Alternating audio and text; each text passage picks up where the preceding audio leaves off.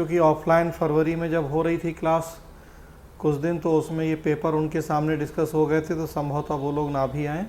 तो हम लोग करते हैं ये, जैसा मैंने बताया था कि 2013 में यूपीएससी ने मेंस में जोड़ा एथिक्स को, लेकिन उसके पहले इंटरव्यू में प्रश्न पूछता था यूपीएससी इस तरह के, वो हमेशा से होता था। और 2011 में जब सीसेट जुड़ा था, तो सीसेट में यूपीएससी ने डिसीजन मेकिंग और कम्युनिकेशन तथा इंटरपर्सनल स्किल वाले सेक्शंस जोड़े थे, और उसमें यूपीएससी जो प्रश्न पूछता था वो भी बिल्कुल ये एथिक्स वाले प्रश्न ही होते थे। 3 साल यूपीएससी ने सीसेट में वो प्रश्न पूछे, 2011, 12 और 13। उसके बाद 13 में फिर मेंस में एथिक्स आ गया, तो 2014 से वो उस तरह के प्रश्न पूछने प्रीलिम्स सीसेट में बंद हो गए। तो 3 साल के वो प्रश्न हैं हमारे पास। सबसे बड़ी बात, जो यूपीएससी ने उन प्रश्नों के सही आंसर माने वो भी हैं हमारे पास। तो हम यूपीएससी के नज़रिए से बात कर पाते हैं कि यूपीएससी ने वो आंसर जो सही माने वो क्यों सही माने, कोई दूसरा क्यों नहीं। तो हमेशा हम ये 21 केस स्टडी है हमारे लिए एथिक्स के लिए, तो मैं हमेशा यहीं से शुरू करता हूँ क्लास। तो हम इन पे चर्चा कर लेंगे। पहले जो 21 केस स्टडी हैं ऑब्जेक्टिव हैं, लेकिन एक सोचने का, समझने का नज़रिया विकसित होगा हम लोगों का। थोड़ा सा जो विश्लेषण क्षमता है वो यहाँ से डेवलप होगी, क्योंकि कई सारी केस स्टडी में हम देख रहे हैं वहाँ हमसे ये पूछा जा रहा है कि आपके पास कौन कौन से विकल्प उपलब्ध हैं और क्यों। तो आप देखिए यहाँ 4-4 विकल्प यूपीएससी खुद दे रहा है। इसी तरह से हमें विकल्प सोचने हैं और फिर जो अब प्रश्न पूछे जा रहे हैं उनमें आंसर में लिखना है कि हमारे पास कौन कौन से विकल्प हैं। तो ये इस तरह से आप ऑब्जेक्टिव्स केस स्टडी सॉल्व करेंगे तो मदद मिलेगी विकल्पों का विकास करने में, नए विकल्प सोच पाने में। तो फिलहाल ये हम 21 प्रश्न आपसे डिस्कस करेंगे, लेकिन हमारे पास ऐसे बहुत सारे उस समय के मॉडल क्वेश्चंस भी बने रखे हैं ऑब्जेक्टिव वाले। समय समय पे हम वो भी आपसे डिस्कस करते रहेंगे, बस इसीलिए कि ताकि आपका दिमाग खुले, नए नए विकल्प, नए नए आइडियाज़ आपके दिमाग में आए, तो फिर आप ज़्यादा विकल्प प्रस्तुत कर पाएँ जब आपसे प्रश्न पूछे जाएंगे केस स्टडी के। तो फिलहाल ये 21 हम करेंगे डिस्कस, लेकिन बीच बीच में कई सारे मॉडल इस तरह के ऑब्जेक्टिव क्वेश्चन भी हम आपको करवाते रहेंगे। उसी समय के बहुत सारे हमारे पास टाइप होके पड़े हैं कंप्यूटर में, वो सारे हमने छटवाए हैं आपके लिए कि जो यहाँ एथिक्स में हमारे लिए बहुत मददगार हैं। तो बीच बीच में हम उनको चर्चा फिर करते रहेंगे, ठीक है। तो मैंने बताया था कि मैं बहुत व्यापक दृष्टिकोण से पढ़ाता हूँ। कोई भी टॉपिक जितने मैक्सिमम आस्पेक्ट हो सकते हैं, जितने मैक्सिमम डायमेंशन हो सकते हैं, मैं कोशिश करता हूं कि उन सबको कवर कर लूं। थोड़ा मेहनत ज़्यादा होती है, लेकिन फिर कहीं कुछ भी छूटने की गुंजाइश नहीं बचती किसी भी अप्रोच, किसी भी डायमेंशन की। तो यहाँ भी मेरी कोशिश यही है कि जितने मैक्सिमम डायमेंशन और अप्रोच में आपके साथ डिस्कस कर सकूं वो कर लूँ। तो शुरू कर रहे हैं हम 2011, 12, 13 3 साल के प्रश्न हैं। 2011 में 8 प्रश्न पूछे थे यूपीएससी ने, 2012 में 7 प्रश्न पूछे थे यूपीएससी ने, और 2013 में 6 प्रश्न पूछे थे। तो 8, 7, 6 टोटल 21 प्रश्न हैं। हम ये 21 प्रश्न कर लेंगे और तब फिर उसके बाद आगे बढ़ेंगे। देखिए 2011 के प्रश्न यहाँ हैं स्क्रीन पे। यूपीएससी 2011 जो डायरेक्शन दिया गया वो इसकी इंग्लिश में नहीं करवा पाया, हिंदी में है ये। तो प्रतीक इंग्लिश मीडियम के हैं, थोड़ा सा प्रतीक देखेंगे, जहाँ दिक्कत होगी मैं कोशिश करूँगा कि फिर इनको इंग्लिश में भी करवा पाऊँ। अभी हो नहीं पाया इंग्लिश में, तो हिंदी में है फिलहाल ये। निम्नलिखित 8 प्रश्नांशों के लिए निर्देश नीचे 8 प्रश्नांश दिए गए हैं। प्रत्येक प्रश्नांश में एक स्थिति का वर्णन है, जिसके पश्चात उसके 4 संभव उत्तर दिए गए हैं।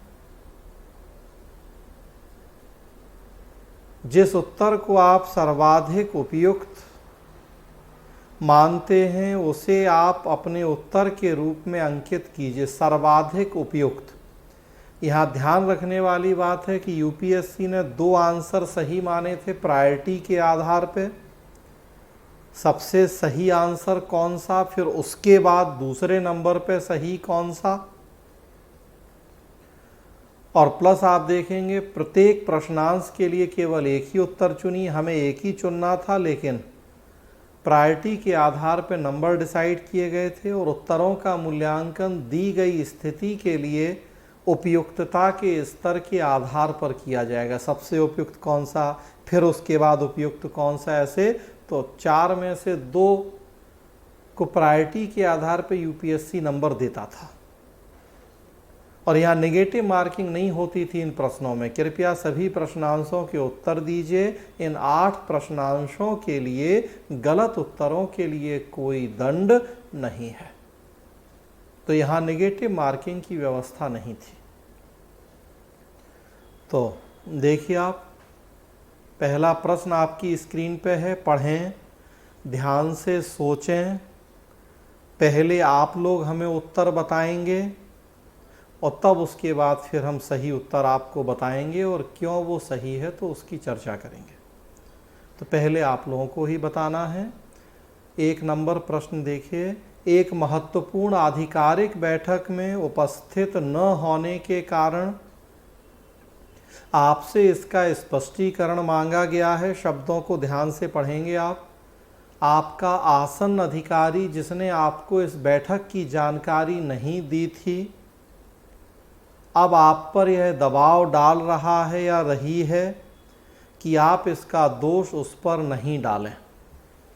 ऐसे में आप क्या करेंगे? ए है, तथ्य की व्याख्या करते हुए अपना लिखित उत्तर भेजेंगे। बी है, सर्वोच्च अधिकारी को स्थिति से अवगत कराने के लिए उससे भेंट का समय लेंगे। सी है, स्थिति को संभालने के लिए अपना दोष स्वीकार कर लेंगे। डी है, बैठक के समन्वयक पर इसका दायित्व डाल देंगे कि उसने बैठक की जानकारी नहीं दी। आप लोग बताएं आंसर पहले अपनी तरफ से और फिर हम बताएंगे।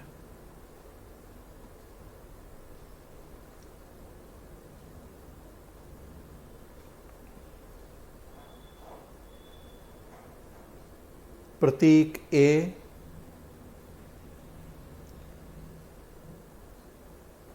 बाकी लोग संतोष।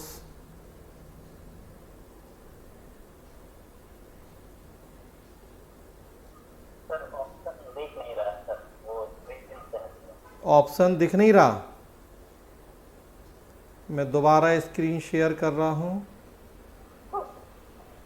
देखिए।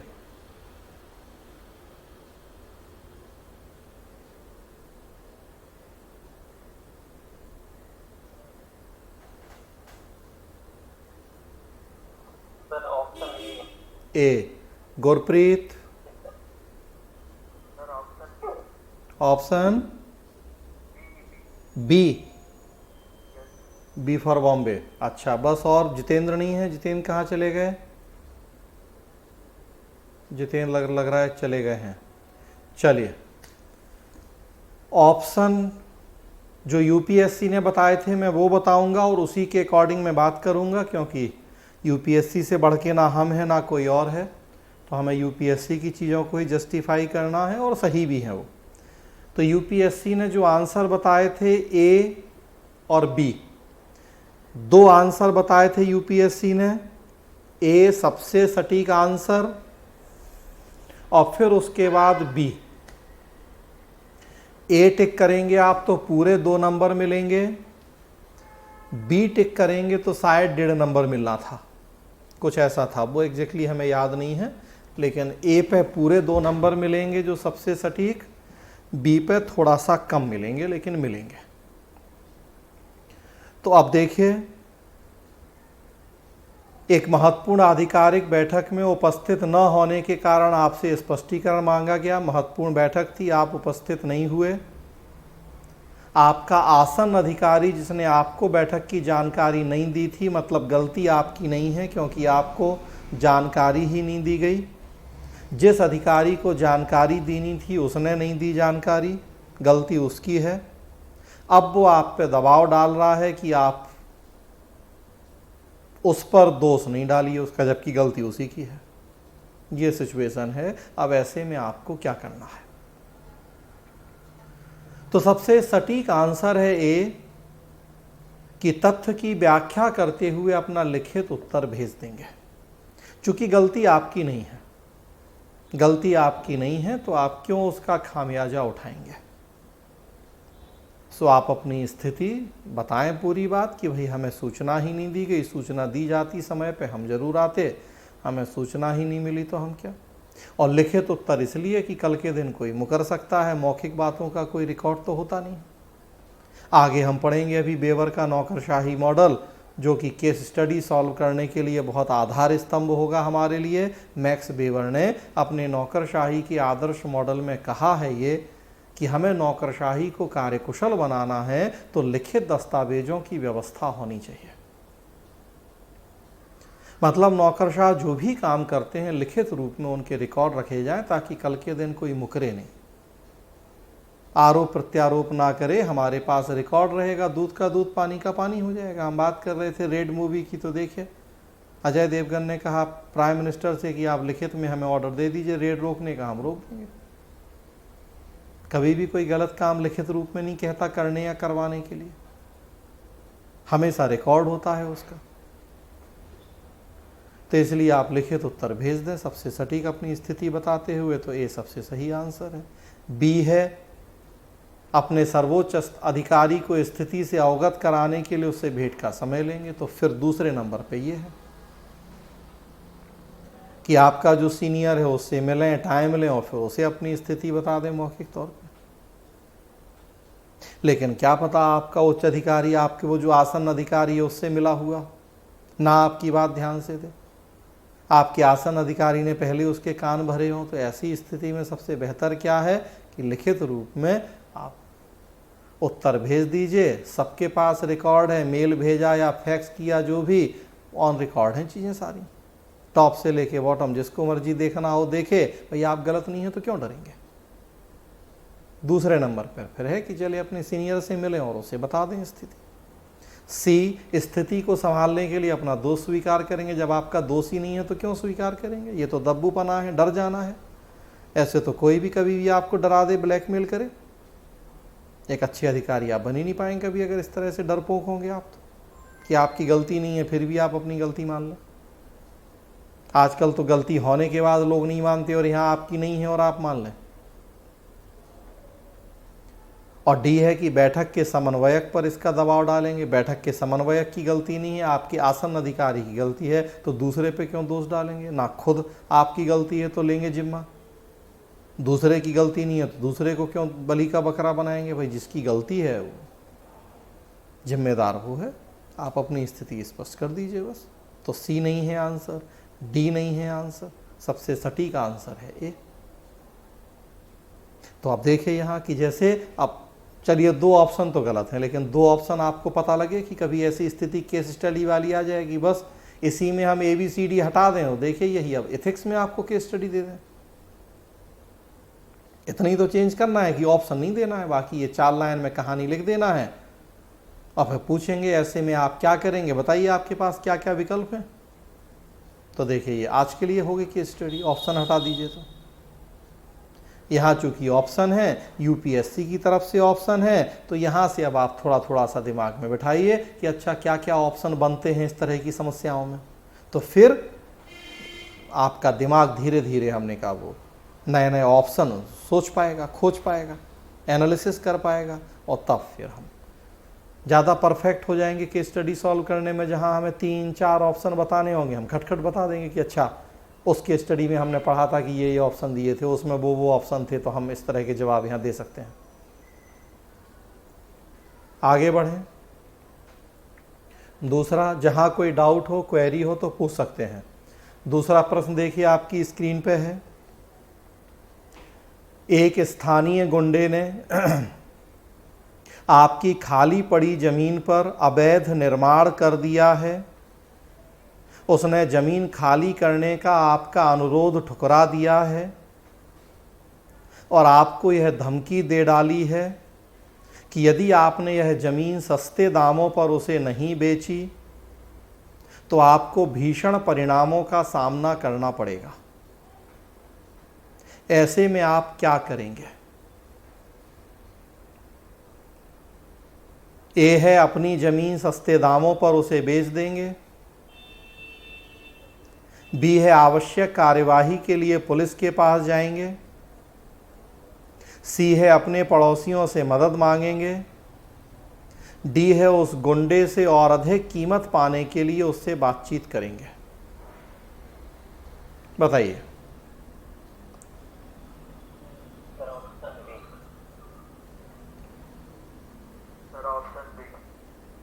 Option B. कौन बोल रहा है? गुरप्रीत। अच्छा, संतोष भी ऑप्शन बी है। संतोष के हिसाब से भी बी, गुरप्रीत के हिसाब से भी बी। प्रतीक?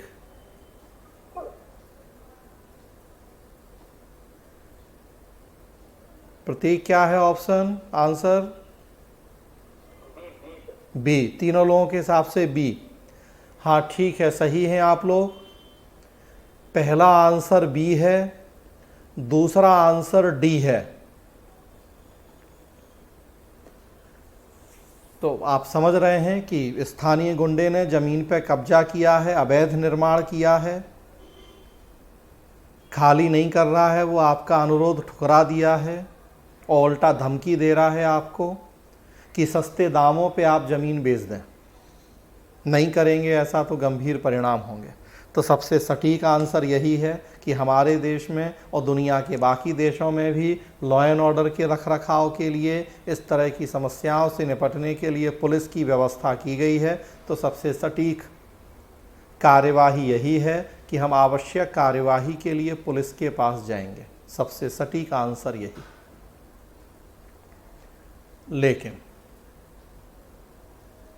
लेकिन दो आंसर जैसे यूपीएससी, तो दूसरा आंसर बताया है यूपीएससी ने डी। उस गुंडे से और अधिक कीमत पाने के लिए उससे बातचीत करेंगे। तो देखिए आप, सबसे पहला तो खैर ये है ही है कि पुलिस के पास जाएं, मदद मांगें, गुंडे की शिकायत करें। लेकिन दूसरे नंबर पे फिर अगर लग रहा है कि पुलिस से मैटर सॉर्ट आउट नहीं हो रहा, पुलिस कुछ एक्शन नहीं ले रही, तो फिर क्या विकल्प है? तो पहले के बाद अगर दूसरा, तो अपनी जमीन सस्ते दामों पे बेच देंगे।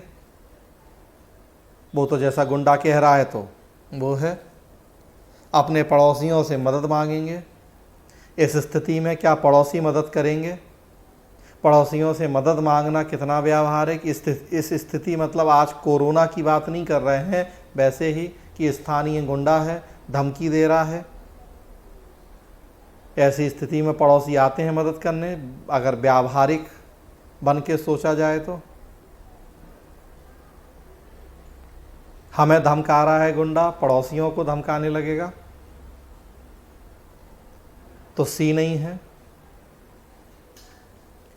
अब ए है कि अपनी ज़मीन सस्ते दामों पे बेच दें, डर जाएं, और दूसरा डी है कि उस गुंडे से और अधिक कीमत पाने के लिए उससे बातचीत करें। तो फिर देखिए, मरता क्या नहीं करता। जब ऐसा लग रहा है कि पुलिस से कुछ नहीं हो रहा, तो फिर अब दूसरा ऑप्शन है कि चलो बार्गिन कर लो, अब जितने में सुलझ जाए मैटर।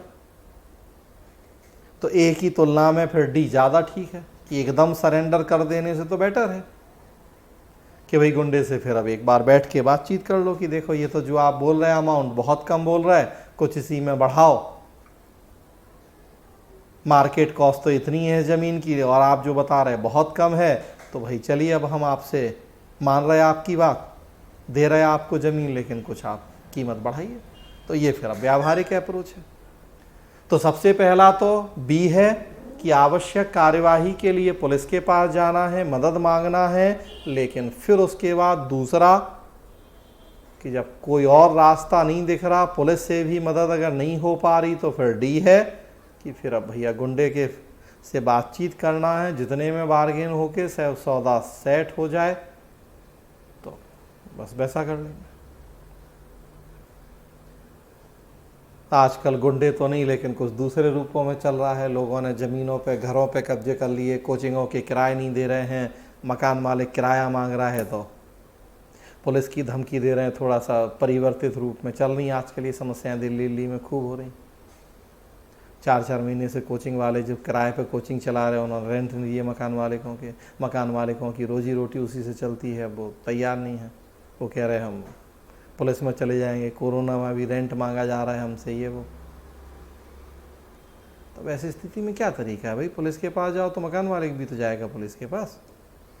चलिए गुंडे का मैटर है तो भाई गुंडा तो पुलिस के पास नहीं जाएगा, तो आपको जाके मदद मांगनी है पुलिस से, और नहीं हो रहा तो फिर आपसी बातचीत से मामले को सुलझाना है।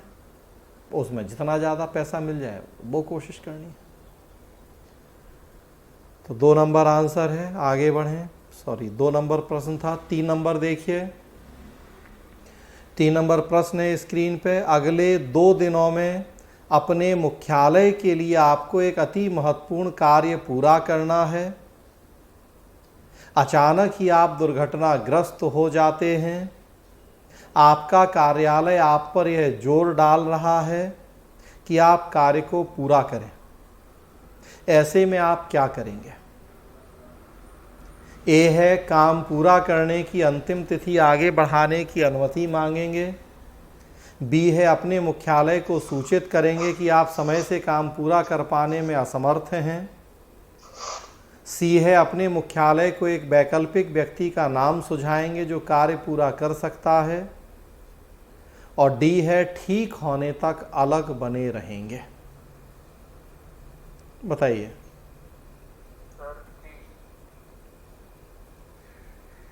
D Gurpreet. D for Delhi या B for Bombay? D for Delhi. अच्छा, C for cat. Okay, C. बाकी लोग? प्रतीक ए और सी। ठीक है। Santosh? Option B. B for Bombay. अच्छा, चलिए अंजलि तो कर चुकी हैं एक बार, अंजलि से नहीं पूछते हैं। अंजलि एक बार कर चुकी हैं, बस अंजलि देखें सुने। आंसर है ए और सी। ए और सी है। ए सबसे सटीक, फिर उसके बाद सी। तो ए सबसे सटीक है। स्थिति है कि 2 दिन में मुख्यालय को अति महत्वपूर्ण कार्य पूरा करके देना है, लेकिन अचानक आपका एक्सीडेंट हो गया है। कार्यालय जोर डाल रहा है कि कार्य पूरा करें, ऐसे में क्या करेंगे? तो सबसे पहली बात तो अगेन वही है कि भाई आपका एक्सीडेंट हो गया, ये आपके हाथ में तो नहीं था। तो एक बार तो ये जिम्मेदारी बनती है कि नहीं कि भाई डिपार्टमेंट में बात करें कि भाई देखिए हमें पता है कि काम बहुत महत्वपूर्ण है, लेकिन अब एक्सीडेंट हो गया तो क्या करें? अगर पॉसिबल हो तो भाई कुछ टाइम बढ़ाएं। हमेशा सबसे पहला रास्ता कभी भी देखें कि हमारे साथ कोई दिक्कत है तो एक बार बताएंगे तो कि भाई ऐसा हो गया है, हमें पता है कि काम का बहुत महत्व था, लेकिन हमने जानबूझ के एक्सीडेंट नहीं किया, एक्सीडेंट हो गया है। तो अब अगर संभावना हो कि टल सकता हो 2-4 दिन तो बताइए हमें, तो तिथि बढ़ा लीजिए आगे। तो सबसे सटीक तो यही है। खुद मन में सोच के देखें कि हमारे सामने बिल्कुल है ही कि भाई आपके सामने है स्थिति। तो सबसे पहला रास्ता क्या होता है कि बातचीत करना। दुर्घटना हो गई तो ये इन्फॉर्म करना ऑफिस में, बताना ऑफिस को। तो बताएंगे तो भाई कि अगर पॉसिबल है तो आप कुछ टाइम बढ़ा दीजिए, और नहीं है पॉसिबल तब फिर सी है। तो फिर भाई अब ये एक अल्टरनेटिव है, दूसरा व्यक्ति है। अगर नहीं लग रहा आपको कि किसी तरह से पॉसिबल है तो फिर अब उससे करवा लीजिए।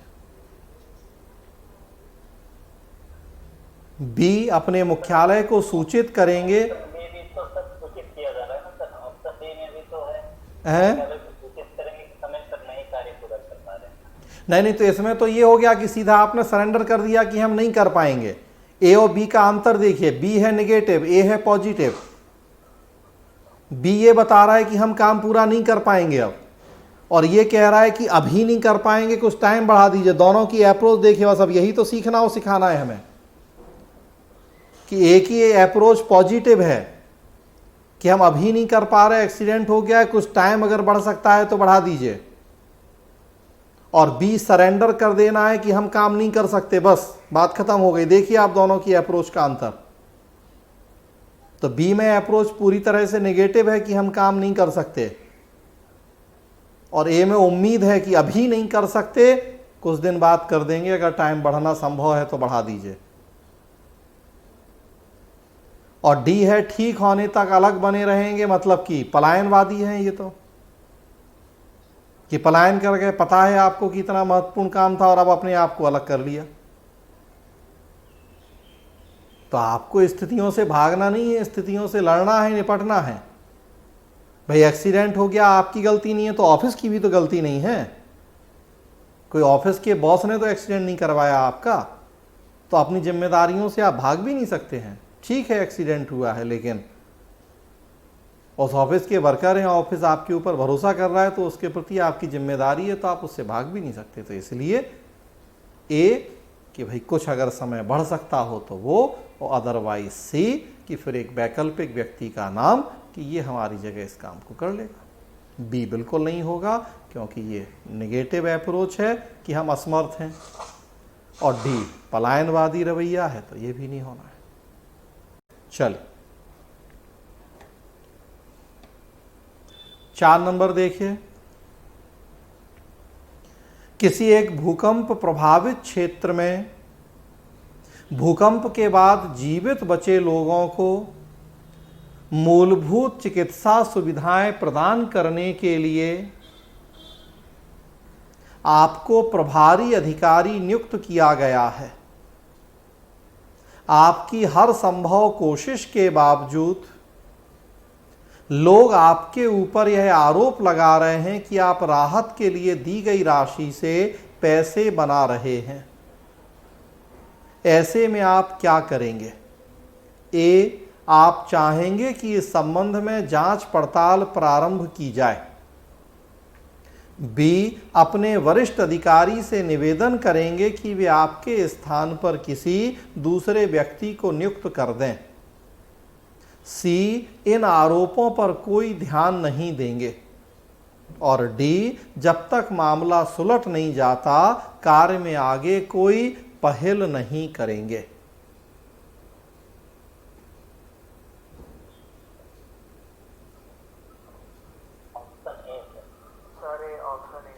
ऑप्शन ए है। ए होगा सर। अच्छा, ऑप्शन ए होगा। सारे लोगों का ए है। Yes sir. अच्छा, सारे लोगों का ए है। संतोष, आपका भी ए? अच्छा, हाँ ठीक है। चलिए, तो यहां सही है आप लोग। सबसे पहला आंसर ए है, उसके बाद फिर आंसर सी है। ए और सी। तो देखिए, भूकंप प्रभावित क्षेत्र है, आप चिकित्सा सुविधाएं प्रदान करने वाले प्रभारी अधिकारी हैं, आप बेहतर काम कर रहे हैं, फिर भी आरोप लग रहा है कि आप कुछ भ्रष्टाचार कर रहे हैं उसमें। तो ऐसी स्थिति में क्या करना है? सबसे सटीक जवाब ये है, याद रखें, जब भी किसी के ऊपर कोई आरोप लगता है तो उसका सबसे सही तरीका है कि उन आरोपों की जांच करवाई जाए। हमेशा याद रखिए कि आरोपी होना और दोषी होना दो अलग अलग बातें होती हैं। आरोप दुनिया में कोई भी किसी के ऊपर लगा सकता है। हर आरोप सही हो ये जरूरी नहीं होता है। तो प्रश्न में लिखा है कि आपके ऊपर आरोप लगे हैं,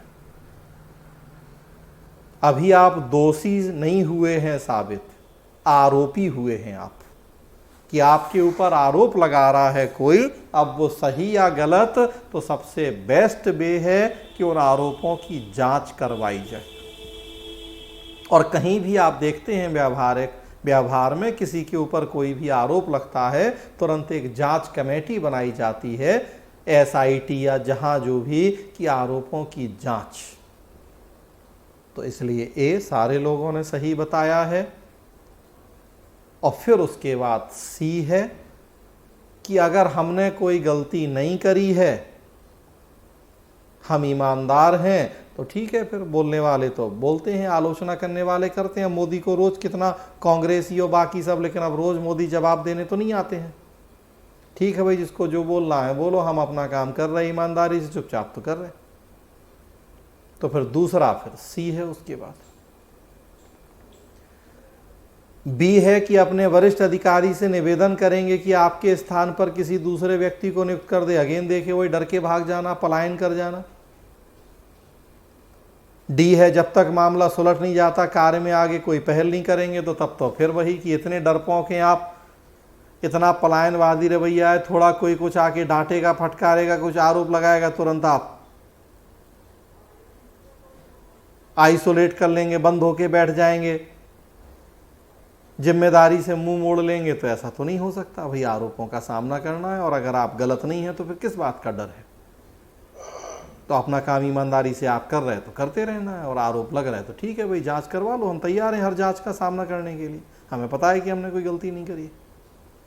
तो बी और डी कभी नहीं, क्योंकि ये पलायनवादी हैं, ये व्यक्ति के डरपोक होने के परिचायक हैं, तो बी और डी नहीं होना है। आंसर हो जाएगा ए सबसे सटीक, और फिर उसके बाद सी। आगे बढ़ें। 5 नंबर,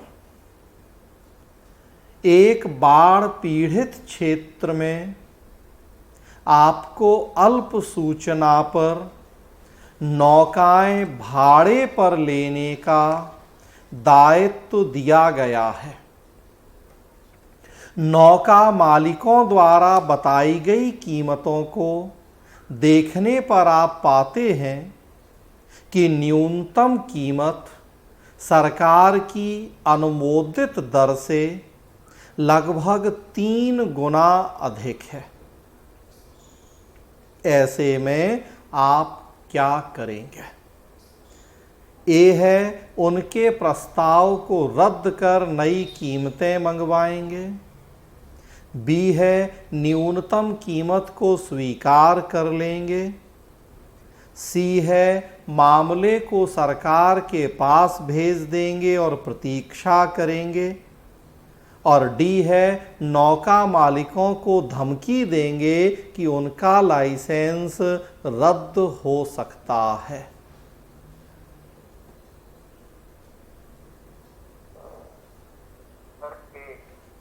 ए गुरप्रीत का ए, जितेंद्र का ए, बाकी लोग प्रतीक का भी ए, संतोष ए, सारे लोगों का ए है। सारे लोग गलत हो गए हैं यहां,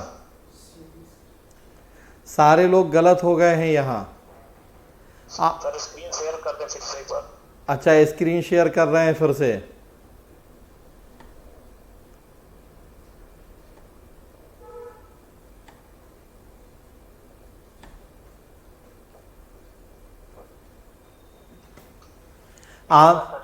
आंसर है बी और डी।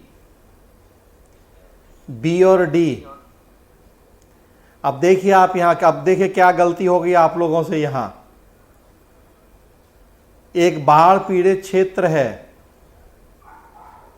अल्प सूचना पर नौकाएं भाड़े पर लेना है, कीमत ज्यादा मांग रहे हैं नौका मालिक, न्यूनतम कीमत सरकार की अनुमोदित दर से 3 गुना अधिक है। अब वैसे में आप क्या करेंगे? उनके प्रस्ताव को रद्द कर नई कीमतें मंगवाएंगे, तब तक तो मरने वाला मर ही जाएगा। अब वहां क्या समझदारी है? वहां कानून का पालन, नियम कानूनों को फॉलो करना जरूरी है कि पहले लोगों की जान बचाना जरूरी है? वहां जान बचाना जरूरी है। तो जान बचाना जरूरी है, तो फिर आंसर है बी, कि उस समय तो उनकी कीमतें स्वीकार कर लीजिए आप, ताकि पहले बाढ़ प्रभावित लोगों को हटाइए वहां से, उनकी जान बचाइए। कानून तो बाद में भी आप 10 दिन बाद फॉलो कर लोगे। तो वहां नियम कानून से ज्यादा जरूरी लोगों का जीवन है। हमें पता है कि वो गलत कीमत मांग रहा है, लेकिन वहां अगर वो सही और गलत के चक्कर में पड़ जाएंगे तब तो फिर किसी को नहीं बचा पाइएगा बाढ़ में आप। उनके प्रस्ताव रद्द करें, नई कीमतें मंगाएं, कितना समय उसमें वेस्ट हो जाएगा आपका। तो यहां सबसे सटीक है कि उस समय स्थिति के अकॉर्डिंग फैसला लेना होता है। यही तो सीखना है अब, कि विवेकाधीन शक्तियां हैं आपके पास, लेकिन सिचुएशन के अकॉर्डिंग फैसले करने होते हैं। और वहां जो सबसे पहली प्रायोरिटी है आपकी, वो है एट एनी कॉस्ट। अक्सर आप सुनते हैं मंत्री जी का, नेताजी का स्टेटमेंट कि एट एनी कॉस्ट, हम किसी भी कीमत पे मरने नहीं देंगे, किसी भी कीमत पे हम जान बचाएंगे। तो फिर आप देखिए 2,500 5,000 रुपए लोगों ने दिए ट्रक वालों को, और दिल्ली से बिहार गए कि कहाँ गए। अब वो अड़ जाते कि नहीं साहब, हम तो 200 रुपया कीमत है, 200 रुपया का टिकट आता है तब। और करते हैं व्यवहार में ऐसा कि नहीं करते हैं? बहुत बार ऐसा करते हैं। किया ही सामने है उदाहरण, अभी प्रवासी मजदूरों का उदाहरण सामने है कि 200-500 रुपए का जो कीमत होती थी आने जाने की, 2,500-3,000 ट्रक वालों को दिया उन्होंने, और फिर भी अपने घरों में गए। क्यों? क्योंकि उन्हें लगा कि भैया दिल्ली में तो अब भूखे मर जाएंगे, खाने पीने को नहीं है। तब वो अगर कहते कि नहीं 500 रुपये ही है टिकट, हम कैसे 2,500 रुपये नहीं देंगे, नहीं देंगे तो भाई ठीक है बैठे रहो, 500 रुपया का वेट करो कि जब सरकार 500 रुपया में भिजवा दे, कि कोई आ जाए ट्रक वाला 500 में भेजने वाला। तो यहां सबसे सटीक है कि न्यूनतम कीमत को उस समय स्वीकार कर लीजिए। और फिर दूसरा डी है कि साथ में आप नौका मालिकों को बता सकते हैं भैया कि देखो गड़बड़ कर रहे, सोच लो, लाइसेंस रद्द हो जाएगा। तो धमकी दीजिए कि लाइसेंस रद्द हो सकता है। उस समय ये समय नहीं है आपके पास कि आप नई कीमतें मंगवाएं, कि मामले को सरकार के पास भेजें, प्रतीक्षा करें, तो नहीं। तो बी और डी। समय खत्म होने वाला है, आधा मिनट टाइम बचा है, ब्रेक होगा, नया आईडी पासवर्ड आ गया होगा आप लोगों के पास, सो फिर दोबारा जुड़ जाएंगे, ठीक है। चलिए अगला प्रश्न देखिए। 6 नंबर प्रश्न है, एक अकेले महामारी पीड़ित गांव में आप रोग निरोधक टीके का वितरण कराने वाले प्रभारी अधिकारी हैं।